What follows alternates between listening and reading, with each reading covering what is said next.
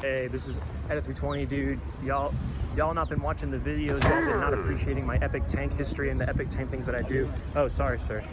You guys be doing the not be paying attention to my shit. So, tanks are lame now. I'm not a tank YouTuber anymore. I'm a tree YouTuber. We're gonna look at trees. I got some cool shit to show y'all. Okay. All right, check this out.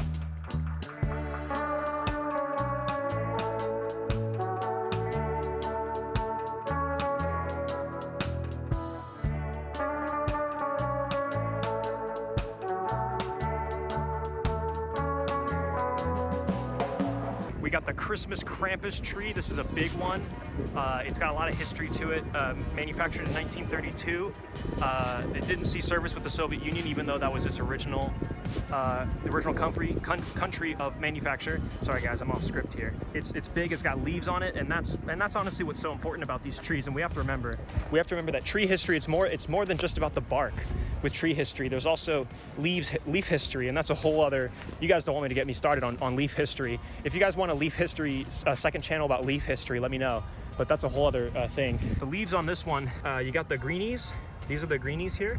You got the bark. It's really thick. It's big bark. You don't want that. Let me tell you right now, man. You do not want that. That's gonna hurt. That's gonna hurt you big time. So what did I call this thing? The big greenie. It's pretty awesome and it's pretty cool, but it just didn't succeed. I mean, 1932, by the time of 1932, you've got the Latex Andromedas coming out, and you've got Canis lupus running around, and they're gonna cause trouble. So pretty much outdated as soon as it came out. But it's still a cool tree, and it's cool that we have one here, because there's not many around.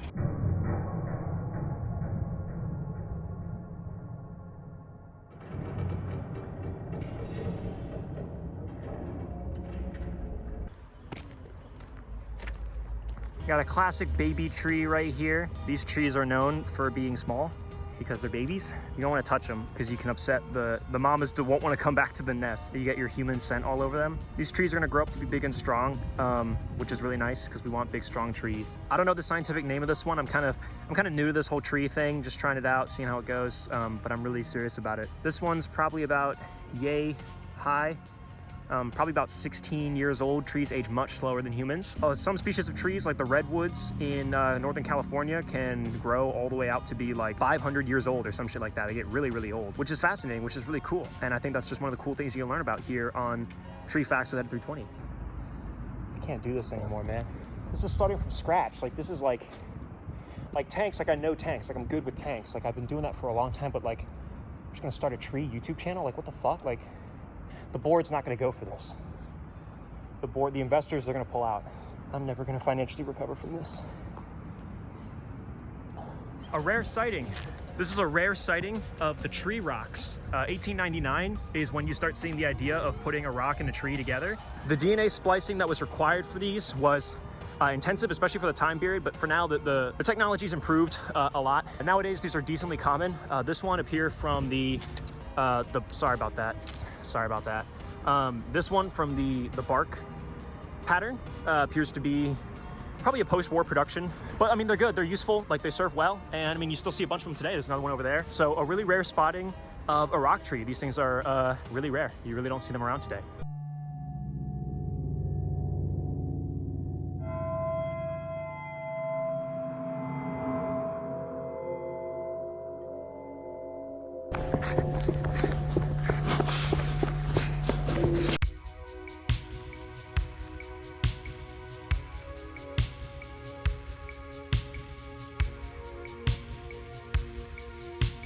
We have a fallen tree here, a fallen comrade, a brave soldier.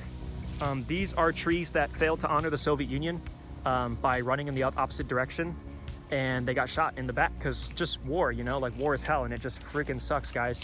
These trees, they're categorized by the fact that they're fallen over. You can really tell one because it's not standing up. They usually take a lot of the earth with it because they hate nature. So these things being dead, it's honestly for the better. You end up with a lot of creatures of the night that'll come by, and you can see that there would have been the rest of this tree, because if you think about this, what the fallen tree actually is, it's a tree that's fallen over.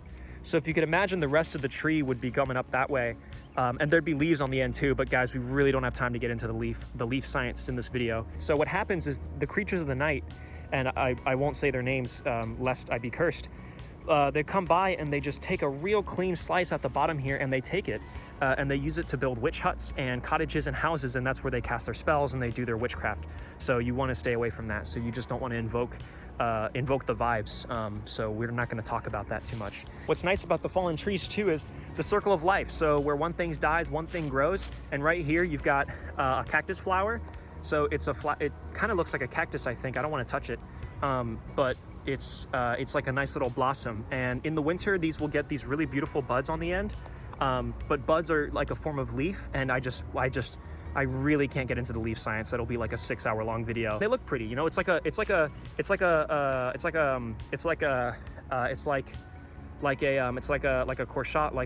corsage, like on someone's suit, like when they go to prom. Like, you guys remember Peter Parker, Spider-Man? He did the so it's like a nice like pin on the suit. It just brings the whole thing together. So these are fan favorites amongst photographers because they take nice pictures because they're dead and they don't move and they don't get in the way of your damn pictures. Really nice tree here to find on our journey.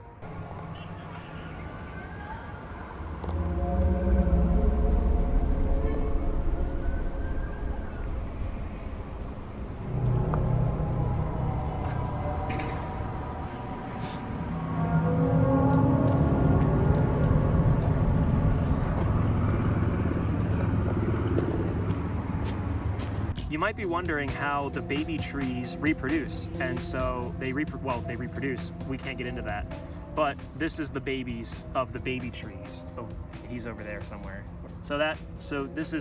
He's a baby, one of the baby trees. So this is what we call a super baby tree. It's going to feed off the nutrients in the soil and the rocks. There's potential with some genetic splicing that this could become a rock tree or a tree rock. The science isn't quite back on that one yet. We want to make sure it grows up nice and healthy, so we're going to go ahead and get some soil there, and we'll help feed the leaves. The trees, they eat off of leaves because of leaf science. The leaf stuff, again, if you guys want to see, if you guys want to see Edit 320 Leaf channel, subscribe and leave a like and comment for that. So this is going to grow up to be a big strong tree, and when it does, it's going to block this path, which is going to be pretty freaking messed up. So we'll probably have to cut it down after a while, just to make way for like humans to do what we want to do, because this is a nice trail and I don't want it to be ruined by some stupid super baby tree.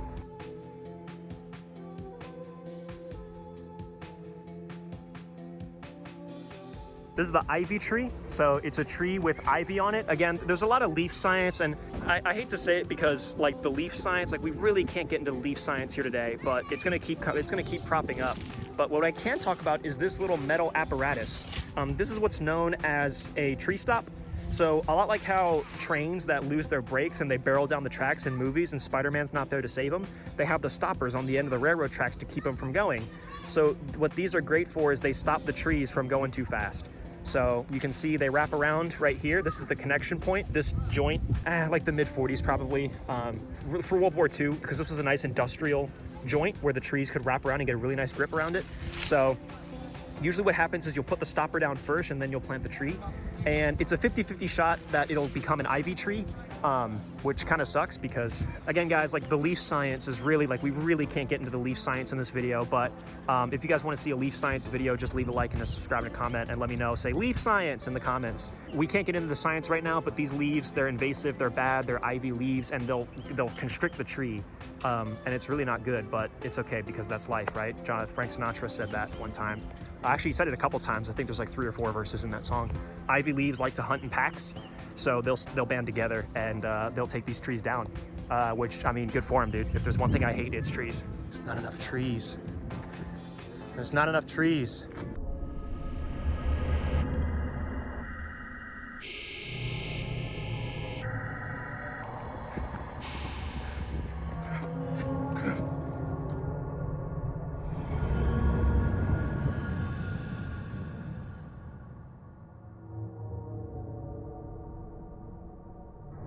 Hello? Right here, we got a classic tree, the Latex Andromeda tree. Is the scientific name for this one. Weird curvy shapes that are weird, and they're a bit off-putting too. Oh, Siri is recording everything. I don't remember asking what the hell I asked you. Oh my God. Sorry about that, guys. A lot of people, what? Sorry. A lot of people refer to these, a lot of people call these the pretzel tree because it sometimes looks like a pretzel. This one doesn't look like a pretzel. In fact, most of them don't look like pretzels. In fact, I really don't know why people call them the pretzel tree. But sometimes when they twist and they turn and they do twisties, they kind of look like pretzels sometimes. So patented in the 1950s. Development of these was really closely related to the rock tree, because it was all like experimentation with like genetic mutation, you know, all that fun, great comic book stuff that we love so much. Part of that program, like, it was kind of a sidestep program in case the B1 program didn't work out, which we all know it does with the B1 bis. They're pretty unique because they're kind of the side shoot, you know, they're the one that the road not traveled almost. These were almost adopted into military service, but not quite. Mostly due to these little spindlies here. They just really hurt your hands when you're grabbing onto them, and it's just no good. I mean, these things just are the worst. Yeah, I usually find them around here in rocks. We had another great one over here. Oh, crikey, it's a big one. Big guy right here. That might be illegal how big that one is. I don't know if I can show that on camera. They're interesting. If nothing else, they're interesting because I just love trees. What can I say, guys? I really freaking love trees just so much, and it's really cool that I get to do this. So subscribe to the Patreon, donate to my channel, and you guys can get more awesome tree stuff because, you know, you can keep me coming out here and doing awesome things with these awesome trees. So thank you guys so much for all your support and everything that you do to keep this tree channel running. Keep this train trucking, am I right? Sorry.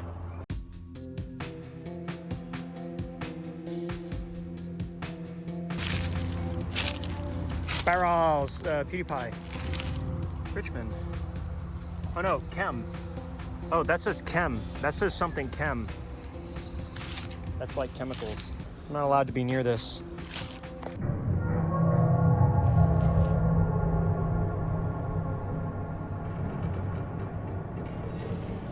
This right here is the American sycamore, also known as the do not enter tree.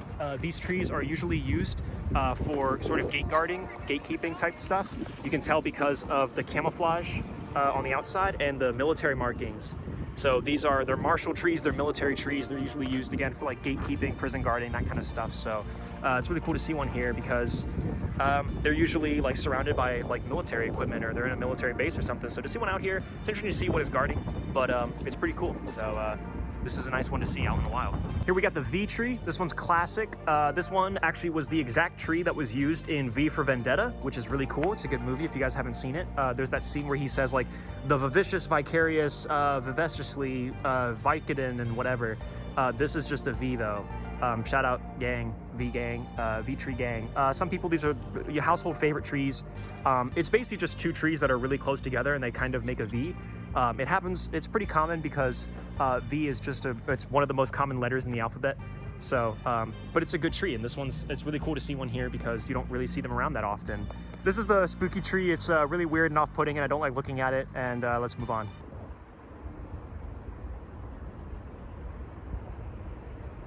Just on the walk back, we got a bunch more Latex Andromeda right here. So this is just gonna be, it's gonna be a crash course of all the tree knowledge we've accumulated. So we've got Latex Andromeda. We've got, I think there's gonna be some rock trees here or there, kind of interspliced. We've got a baby tree right here, which is good. And we'll probably find a super baby around here somewhere. We gotta watch out for Canis lupus trees. They'll be around here too in the spirals. The vines, what are they? Ivies, the ivy vines. The ivy vines. Just a cool nature walk, just a cool way to see a lot of trees. There's a V tree right there as well, V gang, so we can see a couple more there. This is not one that was used in the movie of V for Vendetta, but it's still a V tree, so it counts as we finish up this episode of Edit 320's of trees. I just love trees, guys. I freaking love trees. I'm tired of doing tank stuff. I'm just tired of doing tank stuff, guys. I'm just tired. I can't do it anymore. I've done so much research into tanks that it's boring now. I'm looking for something fresh, looking for something new, looking for someone that actually loves me and appreciates me and cares about who I am and what I want. I'm not getting that with tanks. So they're big, they're mean, they're scary, they go boom, and I get scared. So, but the trees, you can hug them and they talk back, and it's just a dang beautiful thing. So if there's one thing I love, it's trees. So I just wanted to share my true passion on today's episode of on my next video. So thanks guys so much for watching this episode of Edit 320 Loves Trees. Back to you in the studio.